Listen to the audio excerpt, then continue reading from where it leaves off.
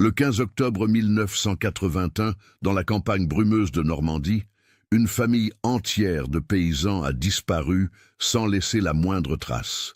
Les Gauthier, 5 personnes, 3 générations sous le même toit, se sont volatilisées comme si la terre elle-même les avait engloutis. Leur ferme, située près du village de Saint-Martin-au-Chartrain, dans le département du Calvados, à seulement 12 kilomètres de Bayeux, a été retrouvée dans un état qui a glacé le sang des enquêteurs les plus expérimentés. Le petit déjeuner était encore fumant sur la table. Le café dans les tasses dégageait toujours son arôme caractéristique. Les vaches meuglaient désespérément dans les tables pour être traites, leurs cris résonnant dans la brume matinale comme un appel à l'aide que personne n'entendrait. Le tracteur Massey Ferguson rouge, fierté de Michel Gauthier, tournait encore au ralenti dans la cour, son moteur diesel créant un ronronnement inquiétant dans le silence anormal de cette matinée d'automne. Pendant 20 longues années, cette disparition est restée l'un des mystères les plus troublants et les plus discutés de toute la Normandie, alimentant les conversations dans les cafés et les théories les plus folles. Puis en septembre 2001, lors de travaux de rénovation dans l'ancien grenier de la propriété, un ouvrier du bâtiment a fait une découverte qui allait enfin lever le voile sur cette énigme macabre. Un journal intime, soigneusement caché derrière une poutre maîtresse, enveloppé dans une toile cirée jaunie par le temps, contenait les pensées les plus intimes et les observations minutieuses d'Émilie Gauthier, 16 ans au moment de la disparition. Les pages jaunies, miraculeusement préservées de l'humidité normande, révélaient une vérité bien plus sombre et complexe que tout ce que les enquêteurs, les journalistes ou les habitants du village avaient pu imaginer pendant ces 2 décennies d'incertitude. Comment une famille entière de 5 personnes peut-elle disparaître en plein jour sans que personne dans ce petit village où tout le monde se connaît ne remarque absolument rien? Et surtout, qu'est-ce que ce journal intime, rédigé avec une maturité troublante pour une adolescente, révélait de si terrifiant pour avoir été caché avec tant de soin et de préméditation? Avant de continuer avec cette histoire perturbante qui a marqué toute une région, si vous appréciez les cas mystérieux réels comme celui-ci, les enquêtes approfondies et les révélations troublantes, abonnez-vous à la chaîne et activez les notifications pour ne manquer aucun nouveau cas. Maintenant, découvrons ensemble comment tout a commencé dans cette ferme normande apparemment paisible.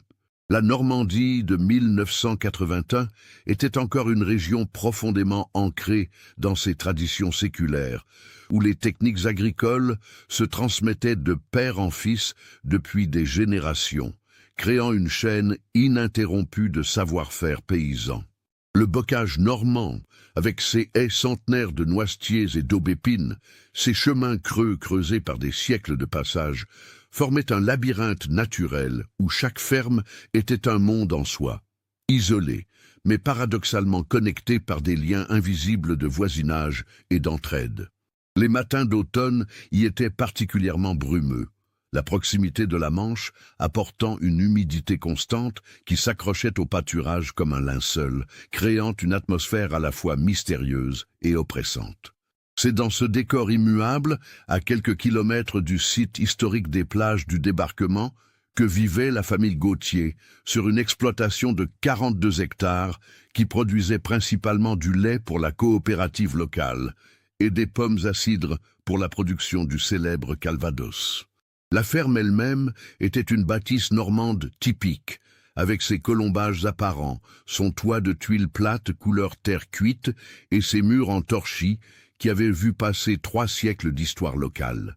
Michel Gauthier, 45 ans au moment des faits, était un homme taillé dans le granit de sa terre natale, mesurant 1,82 m, les épaules larges, façonnées par des années de travail manuel. Ses mains calleuses, marquées de cicatrices laissées par les outils et les barbelés, et son dos légèrement voûté par des décennies de labour, témoignaient d'une vie entière dédiée à la ferme héritée de son père, Georges Gauthier, décédé 8 ans plus tôt d'une crise cardiaque dans ses champs. Les habitants du village le décrivaient comme un homme taciturne, mais profondément juste, qui ne manquait jamais la messe du dimanche à l'église Saint-Pierre, arrivant toujours 15 minutes en avance pour s'installer sur le même banc que sa famille, occupée depuis 4 générations. Il payait ses dettes rubis sur l'ongle, n'achetait jamais à crédit et était connu pour aider ses voisins pendant les moissons sans jamais demander de compensation.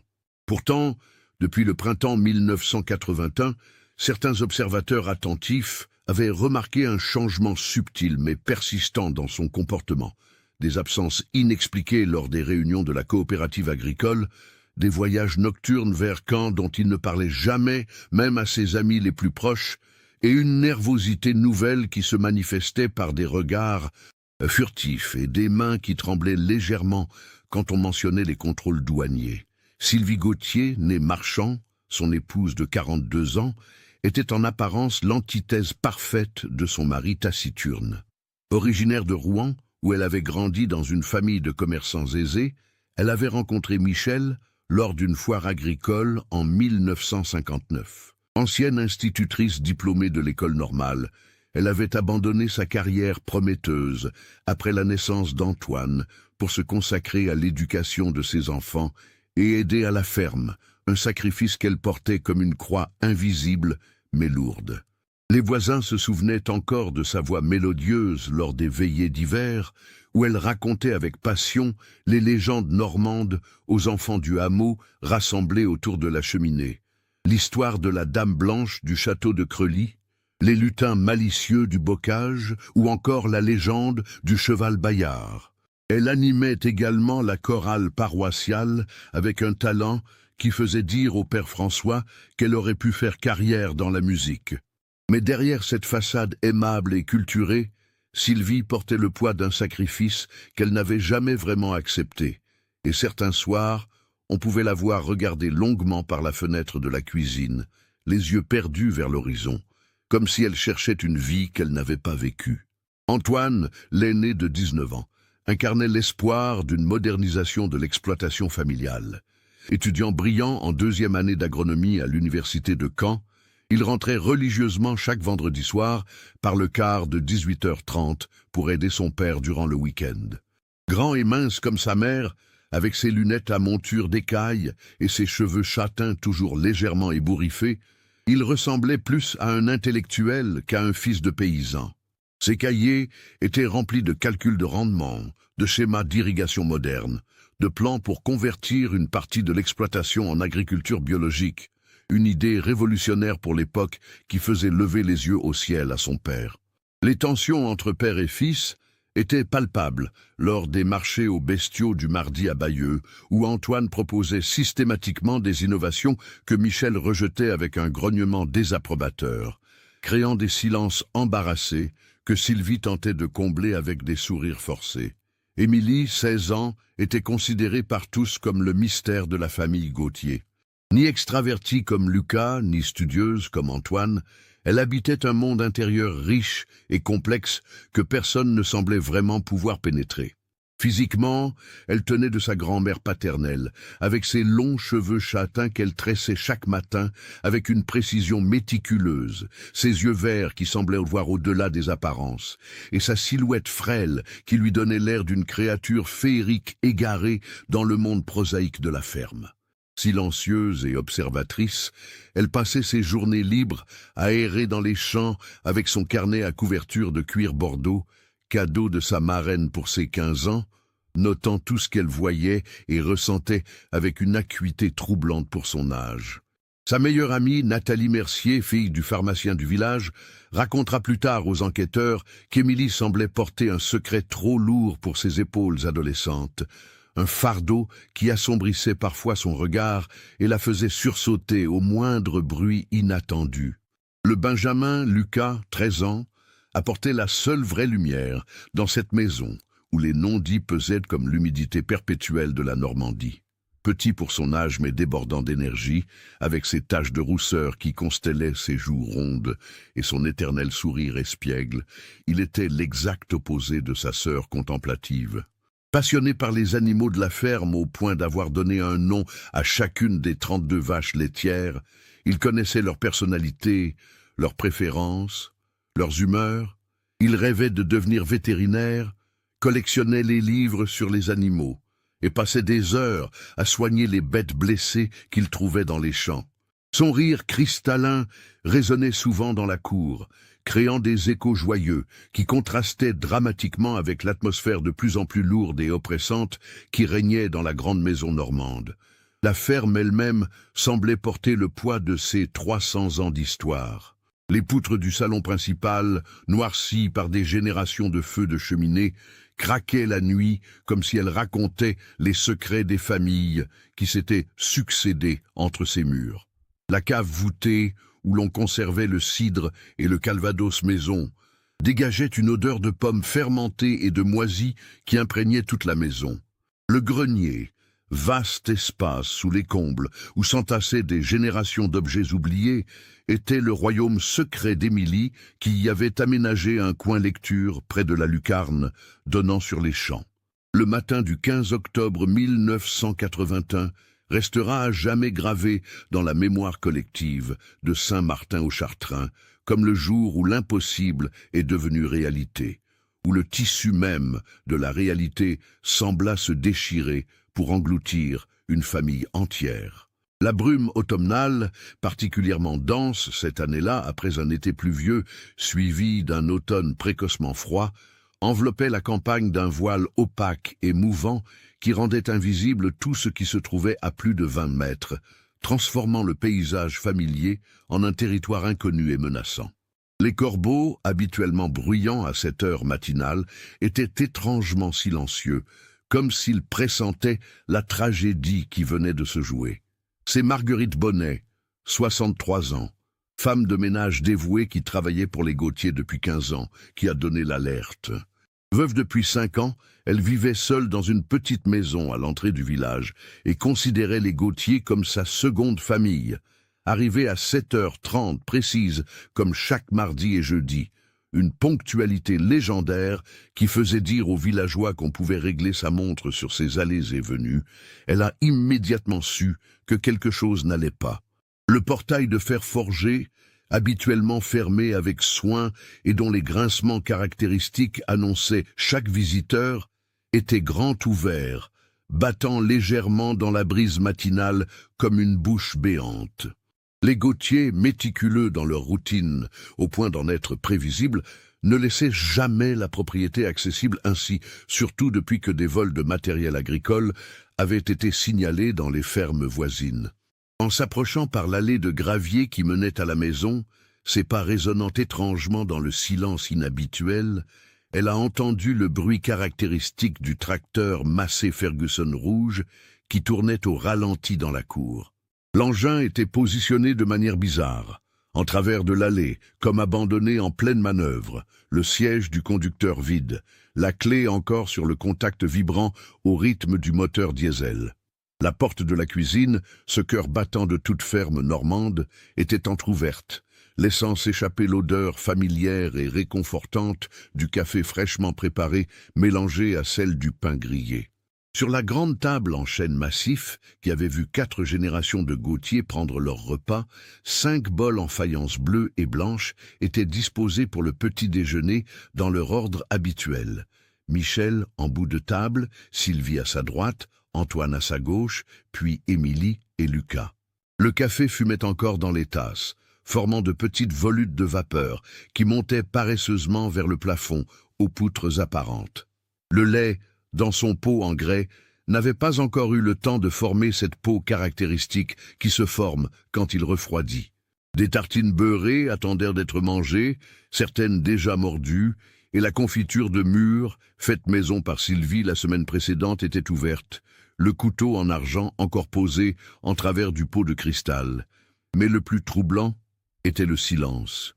Cette maison, habituellement animée par les discussions matinales, les recommandations de Sylvie aux enfants, les grognements de Michel commentant les nouvelles à la radio, était plongée dans un silence surnaturel.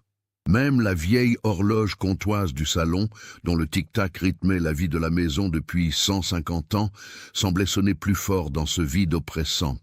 Marguerite, le cœur battant à tout rompre, a d'abord pensé à une urgence à l'étable. Peut-être une vache en difficulté lors du vêlage, bien que ce ne soit pas la saison.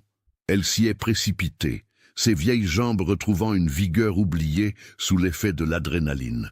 Le spectacle qui l'y attendait était déchirant.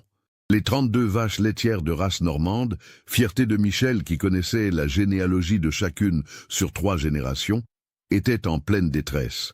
Leur pie gonflée douloureusement par le lait non trait depuis des heures les faisait souffrir atrocement. Elles meuglaient désespérément. Un concert de douleur qui résonnait dans la structure métallique du bâtiment moderne que Michel avait fait construire 3 ans plus tôt.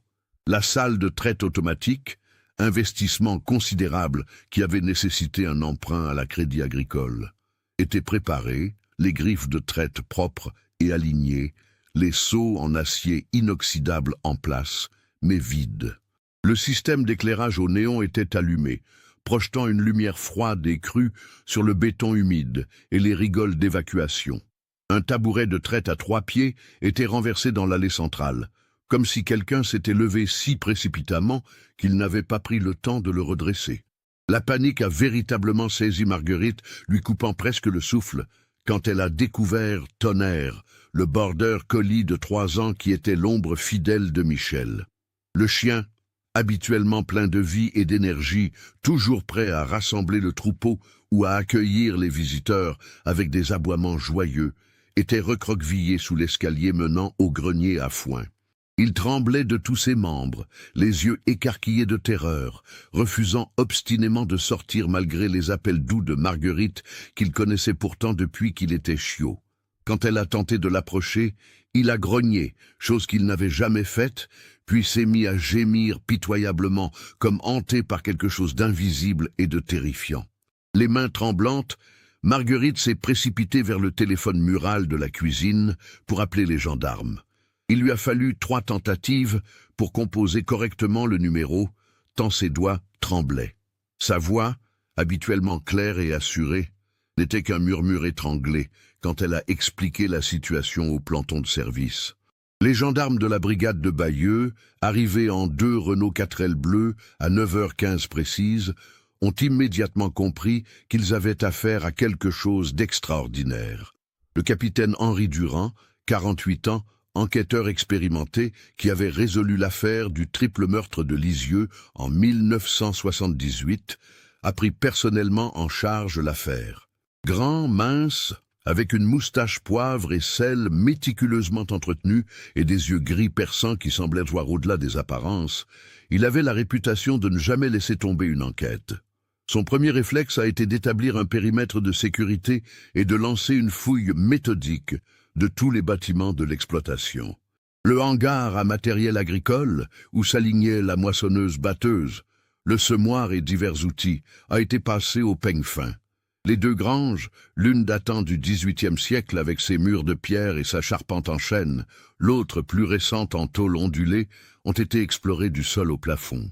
Le poulailler où 50 poules pondeuses caquetaient nerveusement, le cellier creusé dans la roche calcaire où l'on conservait les pommes de terre et les pommes, même l'ancien puits condamné depuis 20 ans après qu'un enfant du village y soit tombé, tout a été inspecté avec une minutie obsessionnelle. Dans la chambre parentale, située au premier étage avec vue sur les champs, le lit en noyer massif, hérité des parents de Michel, était défait d'un seul côté, les draps froissés, suggérant que Michel s'était levé en laissant Sylvie dormir. Sa montre Lip, cadeau pour leurs 20 ans de mariage, était posée sur la table de nuit à côté d'un verre d'eau à moitié vide et d'un tube d'aspirine. Ses vêtements de travail habituels, le vieux pantalon en velours côtelé, rapiécé aux genoux, la chemise à carreaux délavée, étaient soigneusement pliés sur la chaise comme chaque soir, mais il avait enfilé son bleu de travail du dimanche, celui en toile épaisse qu'il ne portait que pour les occasions importantes comme les foires agricoles ou les visites du vétérinaire. Le portefeuille en cuir usé de Michel, contenant 3200 francs en liquide, une somme importante pour l'époque, était resté bien visible sur la commode en merisier, ainsi que les papiers d'identité de toute la famille rangés dans leurs pochettes en plastique. La chambre d'Antoine, au bout du couloir, révélait un détail particulièrement troublant qui allait hanter le capitaine Durand pendant des mois. Son sac de cour en toile kaki était méticuleusement préparé près de la porte, contenant ses cahiers de cours sur la rotation des cultures et la génétique bovine, prêt pour son départ habituel du lundi matin vers l'université. Mais son agenda, un quo vadis noir ouvert sur le bureau en pin, montrait qu'il avait annulé tous ses rendez-vous de la semaine avec la mention énigmatique « Affaires familiales urgentes » écrite de sa main appliquée à l'encre bleue. Les rendez-vous annulés incluaient un examen important de chimie agricole et une présentation de projet qu'il préparait depuis des mois sur la modernisation des exploitations laitières normandes. Dans la chambre d'Émilie, tapissée d'un papier peint à fleurs fanées qu'elle avait choisi pour ses 12 ans, tout semblait normal au premier regard. Son lit en fer forgé blanc était fait avec soin. Sa collection de poupées de porcelaine alignées sur l'étagère, ses livres de la bibliothèque rose et verte, rangés par ordre alphabétique, une manie qui amusait sa mère. Mais Nathalie Mercier, appelée en urgence pour aider les enquêteurs à identifier d'éventuelles anomalies, a immédiatement remarqué l'absence criante du journal intime qu'Émilie gardait toujours sous son oreiller, enveloppé dans un foulard de soie ayant appartenu à sa grand-mère. Les tiroirs de la commode avaient été fouillés avec une hâte évidente, des vêtements éparpillés suggérant une recherche frénétique de quelque chose d'important. Plusieurs pages arrachées d'un cahier brûlaient encore dans la cheminée de la chambre, mais le feu s'était éteint avant de tout consumer, laissant des fragments où l'on pouvait encore distinguer quelques mots. « Danger »,« surveille »,« partir ». La chambre de Lucas, la plus petite mais la plus lumineuse avec ses 2 fenêtres donnant sur le poulailler, contenait l'indice le plus déroutant et le plus poignant. Sur son petit bureau d'écolier, un devoir de mathématiques sur les fractions était en cours. Le crayon à papier encore posé sur une équation à moitié résolue, 3,4 plus 2, 3A. L'encre bleue du stylo plume, avec lequel il avait commencé à recopier au propre, n'avait même pas eu le temps de sécher complètement, créant une tache là où sa main avait dû glisser brusquement. Un verre de lait et 3 biscuits secs étaient posés à côté du cahier, le lait ayant formé une pellicule surface, mais les biscuits encore croquants, suggérant une interruption très récente. Au fil des semaines qui ont suivi, l'enquête a pris une ampleur nationale.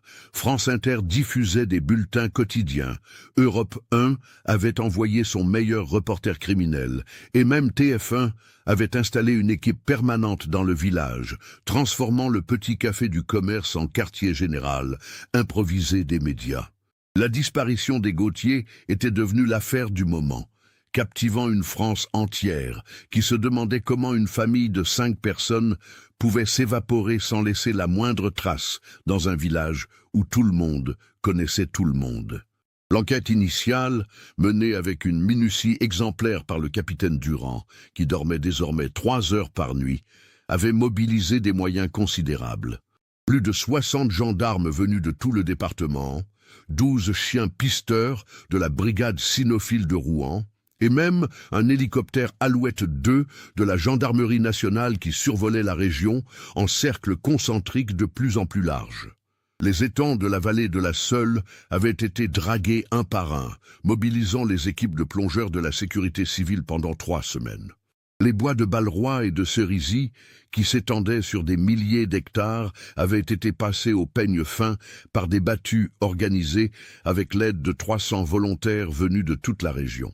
Chasseurs, agriculteurs, simples citoyens émus par le drame, tous avaient répondu à l'appel, formant des chaînes humaines qui avançaient, mètre par mètre, à travers les sous-bois. Mais rien. Pas un lambeau de vêtements accroché à une ronce, pas une trace de pas dans la boue des chemins forestiers, pas même l'empreinte d'un pneu suspect. C'était comme si la famille Gauthier n'avait jamais existé. Le père François, curé de la paroisse Saint-Pierre depuis 32 ans, organisait des veillées de prière chaque dimanche soir dans son église du XIIIe siècle. L'édifice, habituellement à moitié vide lors des messes dominicales où l'on comptait péniblement une trentaine de fidèles, se remplissait désormais de visages inquiets et de murmures anxieux. 200 personnes s'entassaient sur les bancs de bois vermoulus, et certains devaient rester debout dans les allées latérales. Le vieux prêtre, 74 ans, la soutane élimée et les mains tremblantes, se souvenait particulièrement de la dernière confession de Sylvie, 2 semaines avant la disparition. Elle était venue un mercredi après-midi pluvieux, s'agenouillant dans le confessionnal sombre qui sentait l'encens et le bois ciré. D'une voix brisée par les sanglots étouffés, elle avait parlé de porter une croix trop lourde pour ses épaules, de péchés qui n'étaient pas les siens, mais qu'elle devait expier, sans vouloir en dire davantage, malgré ses encouragements paternels. Cette phrase énigmatique hantait le vieil homme qui se reprochait amèrement de ne pas avoir insisté, de ne pas avoir su trouver les mots pour libérer cette âme en détresse. Au fil des mois, puis des années qui s'égrenaient comme un chapelet de déception, différentes théories avaient émergé, chacune plus fantaisiste que la précédente. La plus populaire, colportée dans les bistrots et les marchés, suggérait une fuite organisée vers l'Amérique du Sud. Cette hypothèse s'appuyait sur le témoignage d'un employé de la compagnie Air France à Roissy qui affirmait avoir vu Michel plusieurs fois au comptoir d'enregistrement dans les semaines précédant la disparition, toujours nerveux, consultant les horaires des vols vers Buenos Aires et Sao Paulo. Un agent de l'agence de voyage, Havas de Cannes, avait même témoigné sous serment que Michel s'était longuement renseigné sur les prix des billets pour l'Argentine, posant des questions précises sur les formalités d'immigration et la possibilité d'emmener des mineurs sans autorisation spéciale. Il l'avait demandé spécifiquement s'il était possible d'acheter des billets sous des faux noms, une question qui avait alerté l'employé mais qu'elle n'avait pas jugé bon de signaler sur le moment. Une autre piste, plus sombre et plus crédible aux yeux des enquêteurs, menait vers les réseaux de contrebande qui prospéraient entre la Normandie et l'Angleterre depuis la fin de la guerre. La proximité des côtes, les nombreuses criques isolées, la complicité tacite de certains pêcheurs endettés, tout contribuait à faire de cette région une plaque tournante idéale pour divers trafics. Des pêcheurs de Port-en-Bessin, petit port de pêche à 20 km de la ferme, avaient rapporté avoir vu Michel, à plusieurs reprises, discuter avec des hommes louches sur les quais, tard dans la nuit, près des entrepôts frigorifiques. Un patron de chalutier, Roger Duval, avait même précisé avoir entendu Michel négocier quelque chose en anglais approximatif avec 2 hommes à l'accent britannique prononcé, mais il n'avait pas compris la nature exacte de la transaction. Le 12 septembre 2001, 20 ans presque jour pour jour après la disparition, un événement allait bouleverser cette affaire que beaucoup considéraient désormais comme définitivement classée. Philippe Roche, un entrepreneur en bâtiment de 43 ans originaire de Caen, venait d'acquérir l'ancienne ferme des Gautier pour la somme modique de 800 000 francs. Son projet ambitieux était de la transformer en gîte rural de luxe pour touristes parisiens en quête d'authenticité normande. Contrairement à ses prédécesseurs, qui avaient tous fui les lieux après quelques mois, invoquant une atmosphère oppressante et des bruits inexpliqués, Philippe était un homme pragmatique qui ne croyait ni aux fantômes ni aux superstitions paysannes. Les travaux de rénovation avaient commencé par le grenier, un vaste espace de 200 mètres carrés sous les combles qui nécessitait une isolation complète et le remplacement de la charpente vermoulue attaquée par des décennies de Capricorne. C'est son ouvrier, Didier Lemoine, 28 ans, un gars du pays qui avait connu les Gautier enfants, qui a fait la découverte qui allait tout changer. Le matin du 12 septembre, vers 10h30, en démontant méthodiquement une section du lambris en pin près d'une poutre maîtresse du XVIIe siècle, son pied de biche avait heurté quelque chose de dur qui ne sonnait pas comme du bois. Intrigué, il avait gratté le plâtre qui recouvrait la surface et découvert qu'un espace avait été aménagé avec un soin méticuleux derrière le panneau, invisible à l'œil nu, même pour un professionnel expérimenté. À l'intérieur de cette cachette, enveloppée dans 3 couches de toile cirée, jaunie par le temps et maintenue par de la ficelle agricole, se trouvait un cahier à couverture de cuir bordeaux de marque Clairefontaine. Les pages, miraculeusement préservées de l'humidité grâce à des sachets de silice disposés avec soin, étaient couvertes d'une écriture fine et appliquée à l'encre violette. La première page portait l'inscription soigneusement calligraphiée « Journal intime d'Émilie Gautier » suivie de la date 1er janvier 1981 et d'une citation de Baudelaire « Le beau est toujours bizarre ». Philippe Roche, comprenant immédiatement l'importance capitale de sa découverte, avait eu la présence d'esprit de ne toucher à rien d'autre. Il avait immédiatement contacté la gendarmerie de Bayeux, demandant spécifiquement à parler au commandant Durand, désormais à 2 ans de la retraite, mais dont le nom restait indissociable de l'affaire Gautier. L'émotion dans la voix du vieux policier était palpable, presque tremblante, quand il avait pris délicatement le journal entre ses mains gantées de latex blanc, comme s'il tenait enfin la clé d'une énigme qu'il avait hantée pendant 2 décennies. La lecture du journal, effectuée dans les locaux sécurisés de la gendarmerie de Bayeux par une équipe d'enquête spécialement reconstituée pour l'occasion, révélait une escalade dramatique et terrifiante dans les mois précédant la disparition. Les premières entrées de janvier à février étaient celles d'une adolescente normale. Des réflexions sur ses cours de français où elle excellait, ses lectures de Maupassant et de Zola qui la passionnaient, ses rêves de devenir journaliste ou écrivain, ses sentiments naissants pour le fils du boulanger qu'elle croisait chaque matin. Mais à partir du 15 mars 1981, le ton changeait radicalement, devenant plus sombre, plus anxieux, comme si une ombre menaçante s'était abattue sur la maison. Une entrée, datée du 15 avril, était particulièrement troublante. L'écriture, habituellement soignée d'Émilie, était plus hachée, trahissant une émotion intense. Papa rentre de plus en plus tard de ses mystérieux voyages à Cannes. Hier soir, il était 3 heures du matin quand j'ai entendu sa voiture. Il sentait l'alcool et autre chose, une odeur âcre que je ne reconnaissais pas. Maman ne dort plus. Je l'entends pleurer doucement dans la cuisine quand elle croit que personne ne la voit, essuyant ses larmes avec le torchon à vaisselle. Ce matin, j'ai trouvé des comprimés cachés dans le sucrier, du Valium. Antoine a découvert des papiers dans le bureau de papa en cherchant du papier carbone. Des factures avec des sommes astronomiques, 50 000 francs, 80 000 francs. Il y avait aussi des lettres de menaces tapées à la machine, sans signature, qui parlaient de dernière chance et de conséquences irréversibles. Antoine voulait confronter papa, mais maman l'a supplié, à genoux dans le bureau, de ne rien dire. Elle a dit que papa essayait de tout arranger, qu'il fallait lui faire confiance, qu'il avait un plan. Mais ses mains tremblaient quand elle a dit ça. Le 23 mai, Émilie révélait un secret qui jetait une lumière nouvelle et terrifiante sur toute l'affaire. Cette nuit, je n'ai pas pu dormir.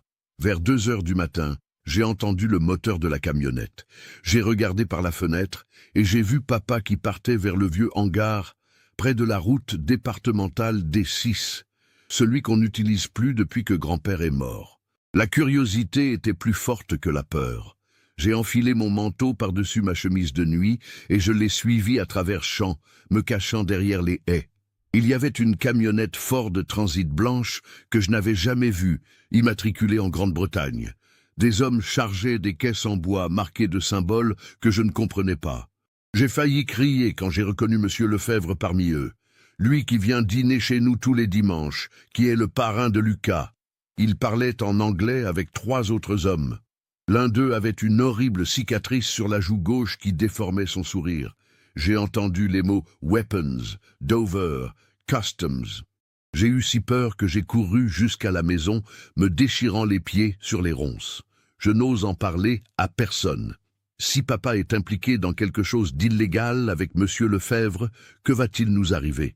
Le 3 juillet 1981, une entrée de 4 pages décrivait une confrontation explosive qui avait ébranlé les fondations mêmes de la famille.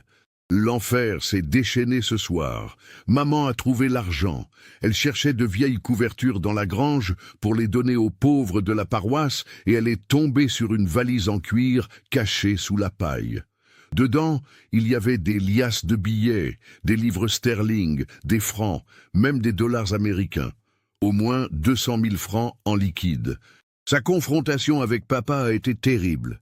J'ai tout entendu depuis ma chambre. Les murs tremblaient tant il criait. Papa a fini par tout avouer. Depuis 2 ans, il fait passer des marchandises pour des contrebandiers anglais.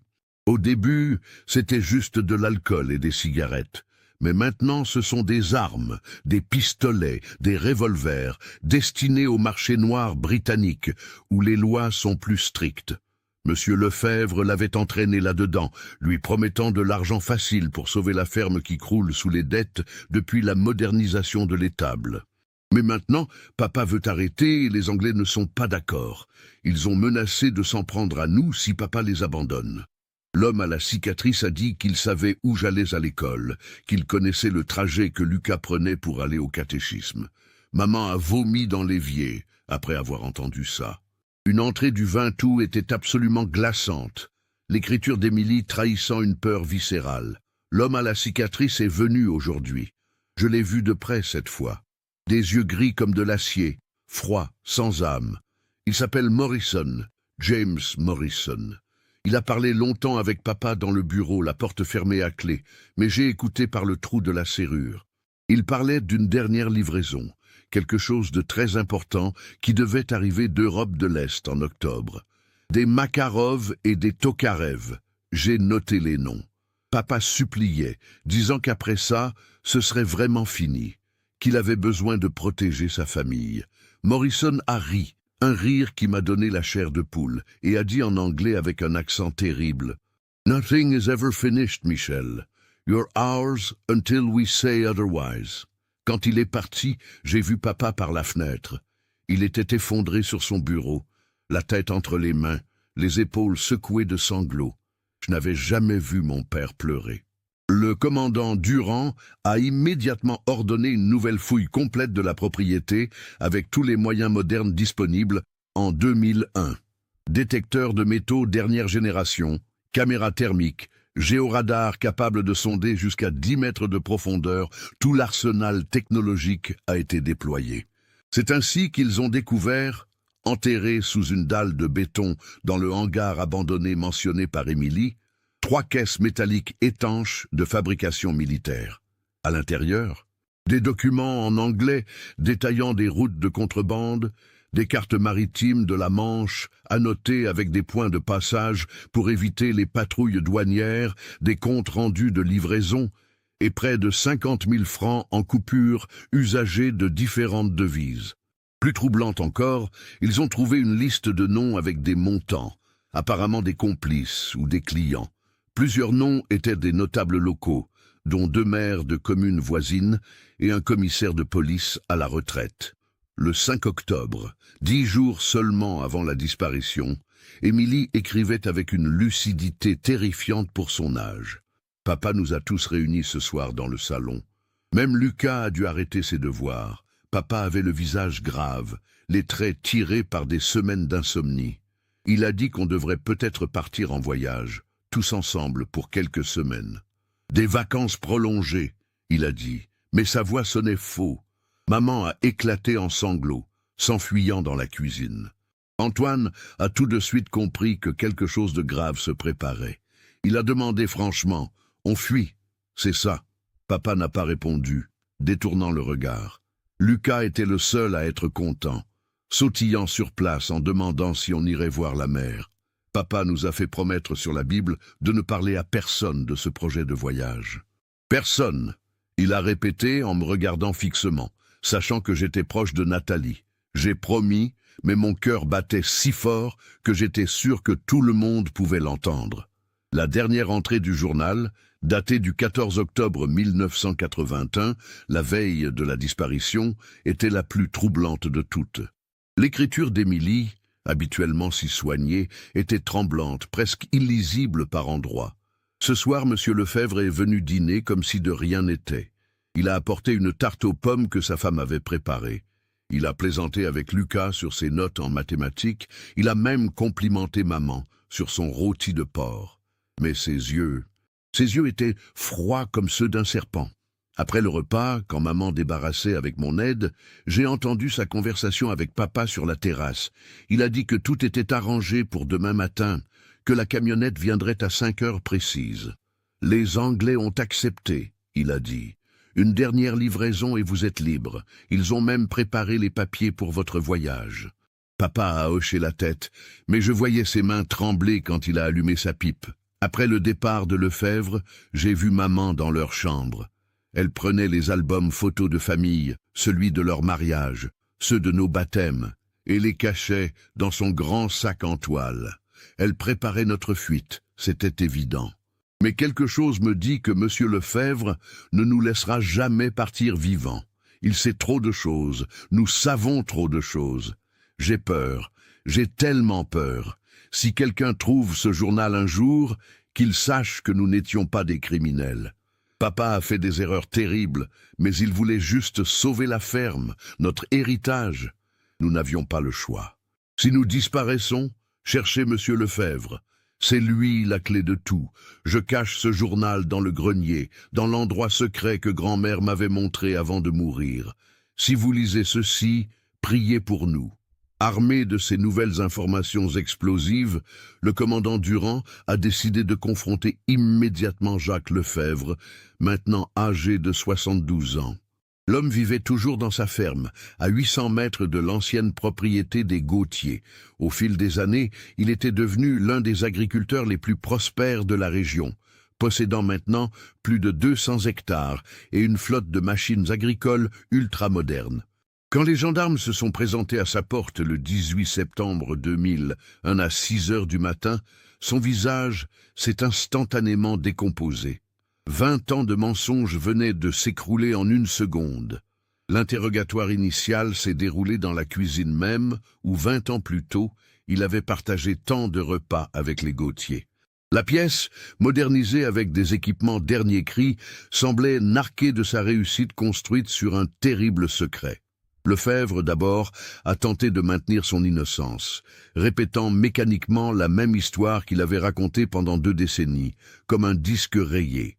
Mais quand le commandant Durand a posé délicatement le journal d'Émilie sur la table en formica, l'ouvrant à la page du 14 octobre, quelque chose s'est brisé dans le regard du vieil homme. Ses épaules se sont affaissées et il a vieilli de 10 ans en quelques secondes. Pendant 3 heures interminables, Lefebvre a résisté, niant toute implication dans le trafic mentionné par Émilie, prétendant que c'étaient les fantasmes d'une adolescente trop imaginative. Mais les enquêteurs avaient fait leur travail avec minutie. Les relevés bancaires de l'époque, exhumés des archives de la Société Générale après une ordonnance du juge d'instruction, montraient des dépôts suspects de plusieurs dizaines de milliers de francs sur ses comptes dans les mois suivant la disparition. Des témoins, qui s'étaient tus pendant 20 ans par peur ou par complicité, commençaient à se manifester maintenant que l'affaire était rouverte et que Lefebvre ne pouvait plus les menacer.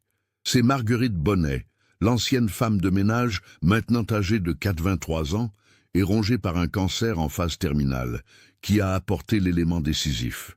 Se sachant condamnée, elle voulait partir avec la conscience tranquille. Se présentant spontanément à la gendarmerie, soutenue par sa petite-fille, elle a avoué dans un souffle que Lefebvre lui avait demandé de mentir sur l'heure de sa découverte. Elle était en réalité arrivée à 6h30, pas 7h30 comme elle l'avait toujours prétendu. Cette heure de différence changeait absolument tout.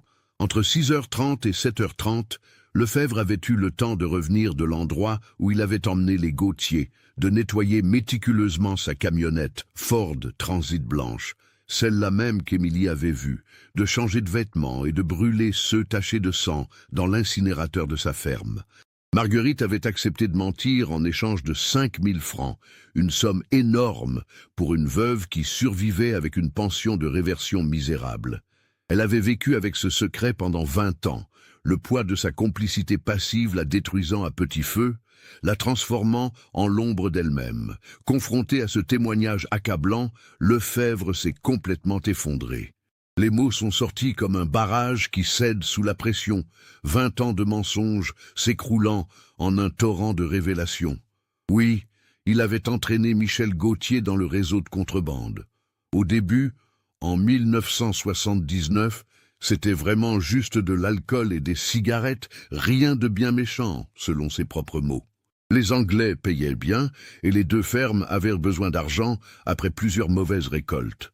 Mais progressivement, insidieusement, Les Anglais avaient augmenté les enjeux, introduisant des armes dans les cargaisons. D'abord des pistolets de petit calibre, puis des revolvers, et finalement des armes automatiques venues d'Europe de l'Est. Michel avait voulu arrêter quand il avait découvert la nature réelle des marchandises, horrifié de participer à un trafic qui pourrait causer des morts. Il avait menacé de tout révéler aux autorités si le trafic continuait, pensant naïvement que sa menace suffirait. Les Anglais, dirigés par James Morrison et Derek Palmer, deux anciens militaires reconvertis dans le crime organisé, n'avaient pas apprécié. Ils avaient ordonné à Lefebvre de régler le problème Gauthier définitivement. Si Lefebvre refusait, c'est lui et sa famille qui en paieraient le prix. Ses 3 fils, sa femme, personne ne serait épargné. Le matin du 15 octobre 1981, Lefebvre était arrivé à la ferme des Gauthier à 4h45, dans l'obscurité précédant l'aube. Il était accompagné de Morrison et Palmer, les 2 nettoyeurs envoyés par le réseau. Lefebvre avait frappé à la porte, et Michel, reconnaissant son ami de toujours, avait ouvert sans méfiance. Lefebvre lui avait dit que les Anglais avaient accepté leur demande, qu'une voiture les attendait pour les emmener au port de Ouistreham, où un bateau les conduirait en Irlande, loin de tout danger. De là, ils pourraient partir pour l'Amérique du Sud avec de faux papiers que le réseau avait préparés. Les Gauthier, réveillés en urgence, s'étaient habillés à la hâte. Sylvie serrait Lucas contre elle. L'enfant, encore endormi, ne comprenant pas ce qui se passait. Antoine soutenait Émilie qui tremblait de tous ses membres, ayant immédiatement compris que quelque chose n'allait pas. Michel, résigné mais espérant sauver sa famille, avait remercié Lefebvre de les aider malgré tout. « Tu es un vrai ami, Jacques », il avait dit. Ces mots hantaient encore Lefebvre 20 ans plus tard. Mais il n'y avait jamais eu de bateau. La camionnette s'était dirigée vers une ancienne mine de fer abandonnée près de Creully, à 15 kilomètres de là, un endroit isolé que même les chasseurs évitaient. C'est là, dans l'aube brumeuse, que l'impensable s'était produit. Lefebvre jurait, les larmes aux yeux, qu'il ne savait pas ce qui allait vraiment arriver, qu'il pensait qu'il serait juste intimidé puis relâché quelque part. Mais Morrison et Palmer avaient d'autres ordres, venus de plus haut dans la hiérarchie criminelle. La famille Gauthier avait compris le piège trop tard. Michel s'était battu comme un lion pour protéger les siens, réussissant même à casser le nez de Palmer avant d'être maîtrisé. Sylvie était tombée à genoux, suppliant pour la vie de ses enfants, promettant qu'il ne dirait jamais rien, qu'il disparaîtrait pour toujours. Lucas, terrorisé, pleurait en appelant son père, ne comprenant pas pourquoi M. Lefebvre, le gentil parrain qui lui apportait toujours des bonbons, ne faisait rien pour les aider. Antoine avait tenté de s'enfuir, courant à travers les taillis, mais Palmer l'avait rattrapé après 50 mètres. Émilie, fidèle à elle-même jusqu'au bout, avait regardé Lefebvre droit dans les yeux et lui avait dit d'une voix étrangement calme « Je savais que vous nous trahiriez, je l'ai écrit dans mon journal. Un jour, on saura la vérité. » Les corps avaient été jetés dans le puits de mine, le plus profond, une excavation de 60 mètres qui datait du 19e siècle. Morrison avait placé des charges explosives à l'entrée, provoquant un effondrement qui semblait naturel. Dans cette région où les anciennes mines s'effondraient régulièrement, personne n'irait vérifier. Les 2 Anglais étaient repartis le soir même pour Douvres, prenant le ferry de 18 heures. Lefebvre était retourné à la ferme des Gauthier pour s'assurer qu'aucune trace compromettante ne subsistait.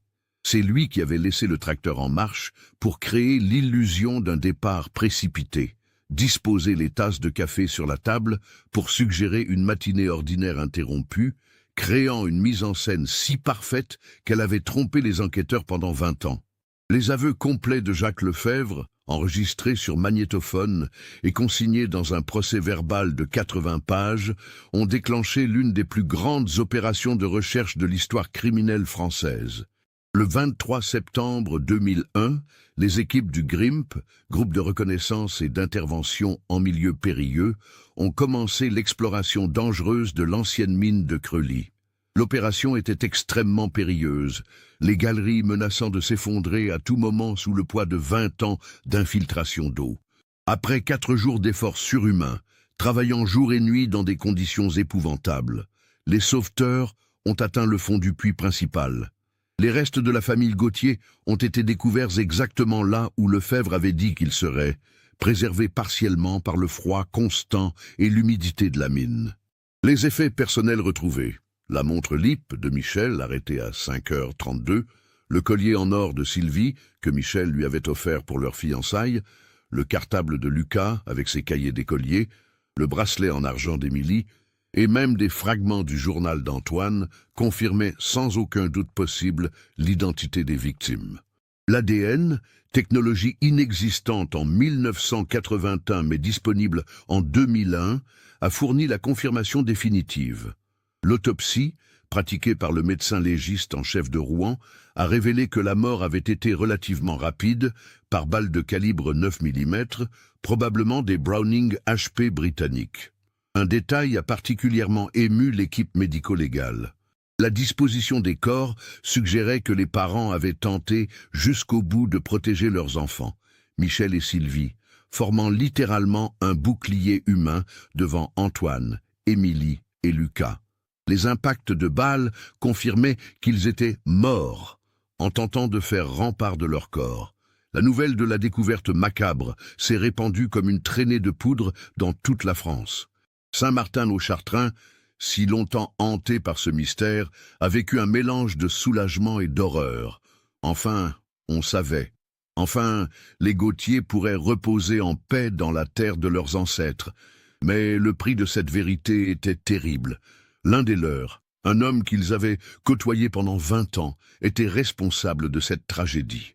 Les funérailles, organisées le 8 octobre 2001, ont rassemblé plus de 3000 personnes venues de toute la France. L'église Saint-Pierre était trop petite pour accueillir la foule immense venue rendre un dernier hommage à cette famille martyrisée. Des écrans géants avaient été installés sur la place du village pour permettre à tous de suivre la cérémonie.